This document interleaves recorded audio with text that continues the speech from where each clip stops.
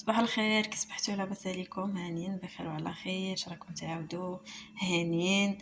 ان شاء الله تكونوا بخير وعلى خير بهذا الصباح. اليوم بغيت نوريكم الطريقه ديال انكم كيفاش تعرفوا الزيت البلديه الحره من الزيت اللي تكون مخلطه. انا شفتها في واحد الفيديو، صراحه شفتها في واحد الفيديو وبغيت نجربها. ملي جربتها صدقات هي هذيك. بغيت نجربها معكم ونصيحه وصافي، هادشي اللي كاين. دابا انا عندي زيت شريتها من عند سميتو من عند المعصره. وهاد الزيت هادي جابوها ليا الدار من البلاد. شوفوا كيفاش داير اللون ديالها، اللي في البلاد. شوفوا كيفاش داير اللون ديالها اللي تعصرات على الطريقه العاديه في البلاد. والزيت اللي كتكون معصوره في المعصره، شوفوا كيفاش دايره. انا هكا لقيتها، ما عرفتش. المهم منين جيت ندير ليها نقارنها ما بين زي هادي وهادي، قال لك يا سيدي نديرو الفلاش. اسمحوا لي، نديرو فلاش ديال التليفون باش نعرفوا واش زيت بلديه ولا زيت روميه. بسم الله. كيف كتشوفوا غادي نديرها قدامكم. هانتوما ما خرجاتش هذه ديالها. كيقول لك الا ما خرجاتش الزيت بحال هكايا، ما الاشعه ديال الضوء ما خرجاتش على الزيت، هذه مزيانه، هذه طبيعيه 100%. ما مغشوشه، ما مبدله، ما حتى شي حاجه. كيف كتشوفوا هانتوما ما مغشوشاش نهائيا. وهي هذيك في الجوده ديالها عاليه بزاف ومزيونه. نتوما عارفين الناس ديال البلاد كيديروا زيت الله يعمرها سلعه الصراحه الله. غادي نجيو نحيدو هاد الزيت هذه ديال الزيت البلديه ديال البلاد العاديه المطحونه العاديه ديال الذواقه. ذوقوني العائله. غادي نجيو لهاد الزيت البلديه اللي انا شريت.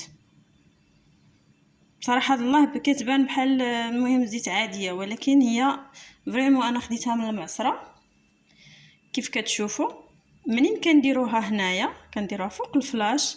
شوفوا كتخرج لينا الفلاش. شوفوا صافي، هذه زيت ماشي بلديه، ماشي حره. كنتمنى انكم زعما تشوفوا ديروها بعين الاعتبار. هذا الفيديو هذا والله شفتو من عند واحد السيد وبغيت نجربه، وقلت زعما غير الهضره وداكشي، ولكن بصح عنده الحق، لان الزيت البلديه هذه مغشوشه. وكاع الا بغيتو عاوتاني ديروها في الثلاجه، ديروا واحد جوج ديال بحال هكا كويسات في الثلاجه.